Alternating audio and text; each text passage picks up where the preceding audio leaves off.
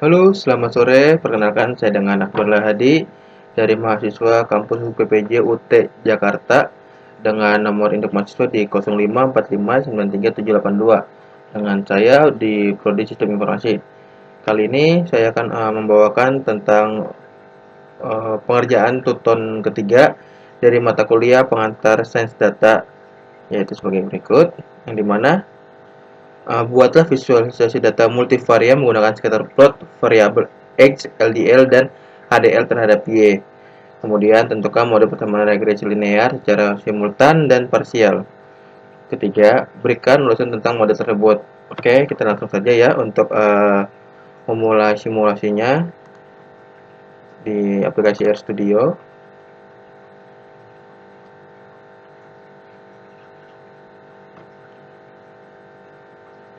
Oke, baik. Di sini adalah hasil dari caca pengerjaan saya yang di sebelumnya, yang dimana sebelum saya mengerjakan tugas tutorial ketiga ini, saya menganalisa serta mencari terlebih dahulu apakah saya pada saat membuat script di RStudio apakah ada terdapat error ataupun tidak, dan inilah hasilnya ya. Jadi sudah dilihat, kan saya ulang kembali karena sebelumnya saya ada beberapa sedikit kendala yang dimana pada saat saya input load libraries itu ada libraries yang belum saya install, jadi setidaknya saya harus menginstal itu terlebih dahulu ya. Oke, langsung saja kita clear ya untuk datanya ya. Kita clear semuanya. Oke. Oke. Nah, baik. Kita langsung ya ke menu tampilan di ini, yang dimana untuk scriptnya sudah saya sediakan ya, sudah saya siapkan terlebih dahulu ya. Ini load libraries ya, kita langsung copy paste, kemudian kita langsung enter, kita menunggu ya. Oke, di sini sudah ya. Nah, akan saya kasih gambaran ya pada saat saya juga menginstal library. Ada satu library yang belum saya install terlebih dahulu, adalah di library Gigali, yang dimana sebelumnya adalah notifikasinya seperti ini ya. Library Gigali error in library Gigali. Nah, artinya adalah error tersebut muncul karena Pancakes Gallery belum kita install di RStudio tersebut, sehingga untuk memperbaikinya cukup menginstal Pancake-nya kemudian baru di load ulang ya. Jadi untuk apabila teman-teman ada yang belum menginstal library-nya, silakan diinstal dulu terlebih dahulu Pancake-nya ya di script di sini ya. Oke, jika sudah, nanti dia akan muncul di sini di Pancakes. Nah, untuk mengaktifkan Pancake-nya jangan lupa teman-teman juga harus men-search dulu ya kan ya. Di checklist ya, di bagian ini kan sudah saya checklist ya. Jadi istilahnya sebelumnya kan unchecklist seperti ini. Nah, kalau ada bacaan seperti ini, teman-teman pasti pada saat menginstal ataupun mengcreate suatu program itu tidak akan muncul ya. Jadi ketika baru memulai library yang baru, mohon untuk jangan sampai lupa untuk di checklist bagian ini agar package-nya bisa berfungsi secara normal ya. Oke, kita kembali lagi ke materi ya.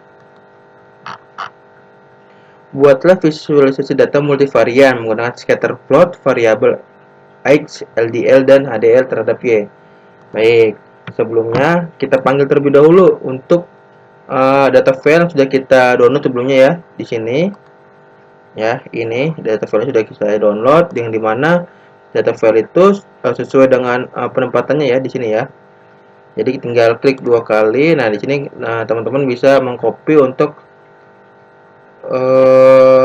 formasi ataupun istilahnya tempat penyimpanan direktorinya untuk pemanggilan si data tugas tersebut ya. Oke, langsung saja untuk kita import datanya ya.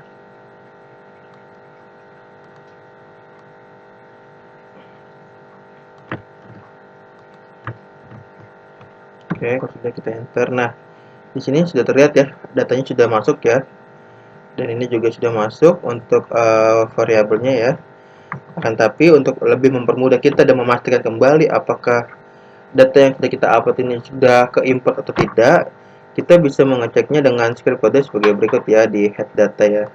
Untuk memastikan bahwa sudah benar terinput. Nah, biasanya untuk memastikan data ini, itu akan menampilkan 6 baris pertama dari data tersebut ya, seperti ini ya. Oke, kita lanjut lagi, yang dimana untuk soal satunya adalah kita ingin membuat data multivariannya ya dengan scatterplot ya. Nah, di sini teman-teman bisa menggunakan apakah mau BW ataupun black and white untuk warna dari scatterplotnya sendiri atau dengan color. Nah, di sini saya akan mencobanya menggunakan color ya. Tapi teman-teman juga bisa menggunakannya versi BW sesuai dengan kebutuhan masing-masing. Oke, jika sudah kita enter. Oke, kita tunggu ya prosesnya sampai selesai estimasinya. Nah, sini sudah terlihat ya teman-teman ya, bahwa untuk scatter plotnya sudah muncul ya untuk di X, LDL, HDL, dan Y-nya. Yang dimana untuk kategori terendah itu berada di color yang warna merah ya ataupun pink. Kemudian di kategori sedangnya itu berada di hijau. Kemudian di kategori tingginya itu berada di warna biru ya. Oke, kita lanjut untuk soal yang kedua. Nah, tapi sebelum kita lanjut ke soal kedua, saya akan menjelaskan sedikit ya tentang apa namanya, data yang sudah dihasilkan tersebut ya. Jadi berikut dari hasil penjelasan terkait scatter plot yang dibuat, ada menghasilkan 3 scatter plot berikut, di mana X pola sebaran acak berhubungan dengan yang lemah ya. Kemudian LDL tidak tampak hubungan linear yang kuat. HDL versus Y sama dengan pola cenderung negatif atau HDL naik, Y menurun ya. Seperti itu. Oke, kita lanjut lagi ke soal yang kedua, yang dimana kita akan membuatnya itu seperti model simultan ya, sama simultan ya, persamaan linearnya. Oke, enter. Nah, di sini kalau misalkan kalian sudah lihat teman-teman ya, di sini sudah tampil ya model simultannya ya. Tinggal klik di sini, maka akan muncul tampil untuk atribut dari si simultannya sendiri ya. Dan di sini pun kita sudah memanggil sebuah data-datanya ya. Oke, kita lanjut lagi di regresi linear parsialnya ya, yang dimana parsial ini adalah untuk per variabel dari si kategori maupun X, LDL maupun HDL terhadap Y-nya sendiri. Oke, ini sudah muncul ya model X, HDL, LDL. Jadi masing-masing bisa kita klik seperti ini. Untuk X-nya juga sudah tampil ya untuk di sini di show atributnya, kemudian di HDL juga sama sudah tampil, sudah bisa kita lihat, dan LDL-nya pun juga sudah tampil ya sesuai dengan instruksi dari tugas mata kuliah tersebut. Nah, di sini saya akan menjelaskan untuk di poin yang ketiga ya, yang dimana poin yang ketiga itu adalah untuk sebentar. Nah, baik, yang dimana poin ketiga itu adalah berikan ulasan tentang model-model tersebut ya. Jadi di sini saya akan menjelaskan sedikit untuk model-modelnya sendiri.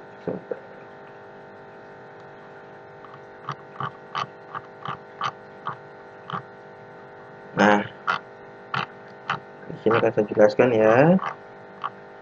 Oke, penjelasannya jadi aja sama dengan B0 tambah B1X plus B2 LDL dan HB3 variabelnya. Yang pasti untuk koefisien dan p-value dan interpretasi sudah signifikan ya. Kemudian kalau untuk X-nya itu tidak ada signifikan, tidak ada yang cenderung positif maupun negatif, jadi kayaknya dia stabil ya. Kemudian LDL-nya pun sama, juga tidak signifikan, stabil ya, antara koefisien dan p-value-nya tidak ada perbedaan. Akan tetapi untuk di HDL-nya sendiri itu ada kecenderungan ya, kenaikan ya, yang dimana sangat signifikan dari value 0 menjadi minus 2,736 ya. Jadi kesimpulannya adalah untuk parsial adalah X tidak signifikan mempengaruhi perkembangan penyakit. Jadi untuk usia itu tidak mempengaruhi signifikan terkait perkembangan penyakit ya. Sedangkan kalau LDL juga tidak signifikan. Nah, hanya saja di HDL berpengaruh negatif signifikan terhadap Y. Semakin tinggi HDL maka perkembangan penyakit pun juga akan menurun. Akan tapi sebaliknya, semakin rendahnya HDL maka terkait perkembangan penyakit pun juga akan meningkat seperti itu ya. Jadi secara kesimpulan adalah poin A-nya adalah di mana hubungan predikator dengan Y secara umum lemah, terbukti dari nilai R kuadrat dengan rendah. Kemudian HDL adalah satu-satunya variabel signifikan menunjukkan peran penting HDL dalam menekan perkembangan penyakit. Ya, jadi selain HDL satu-satunya variabel yang sangat cenderung menonjol dibandingkan dengan LDL-nya sendiri ya. Kemudian di bagian X dan LDL tidak terlalu signifikan, mungkin karena berpengaruhnya pada pengembangan penyakit yang tidak linear atau dipengaruhi variabel lain seperti GLU, teks, faktor gaya hidup dan lain-lain. Maksudnya adalah dari glukosa ataupun gula darah, itu juga terkait kolesterol juga, hal tersebut juga mempengaruhi juga ya. Jadi kayaknya tidak terlalu signifikan untuk HDL-nya sendiri. Mohon maaf, maksudnya X dan LDL-nya. Dan yang terakhir adalah multikoniaritas, kemungkinan ada ya. Jadi kayaknya terlihat dari conditional number di 1 ditambah 104 plus 3, meski tidak terlalu ekstrim tapi tetap menimbulkan cenderung perbedaan ya antara HDL sendiri. Jadi di sini seperti kita lihat bahwa HDL cenderung menaik ya. HDL nih naik dia signifikannya dari istilahnya yang koefisiennya 0, sekian menjadi tinggi, hampir mendekati sekitar 0,290 atau istilahnya 1000-nya lah ya. Mungkin penyampaian saya seperti itu ya untuk terkait tugas tutorial ketiga ini. Jadi secara keseluruhan saya juga sudah menjelaskan apa itu yang dimaksud dengan visualisasi dan multivariate menggunakan scatter plot, tadi sudah kita jelaskan. Kemudian mode persamaan regresi linear secara simultan dan parsial juga sudah saya buat secara terpisah. Dan yang terakhir saya juga menjelaskan tentang ulasan tersebut ya. Jadi kalau kalian ingin mereview kembali silakan untuk di-replay saja dari video ini. Oke, cukup sekian dari penyampaian saya pada pengantar tes data ini untuk memenuhi tugas ketiga saya di mata kuliah pengantar tes data. Semoga tugas recording saya ini membantu teman-teman untuk menyelesaikan tugas-tugas yang sedang kalian kerjakan nantinya di kemudian hari. Saya selaku mahasiswa di Universitas Suta Terbuka pamit undur diri, sampai jumpa di sesi berikutnya. Bye bye.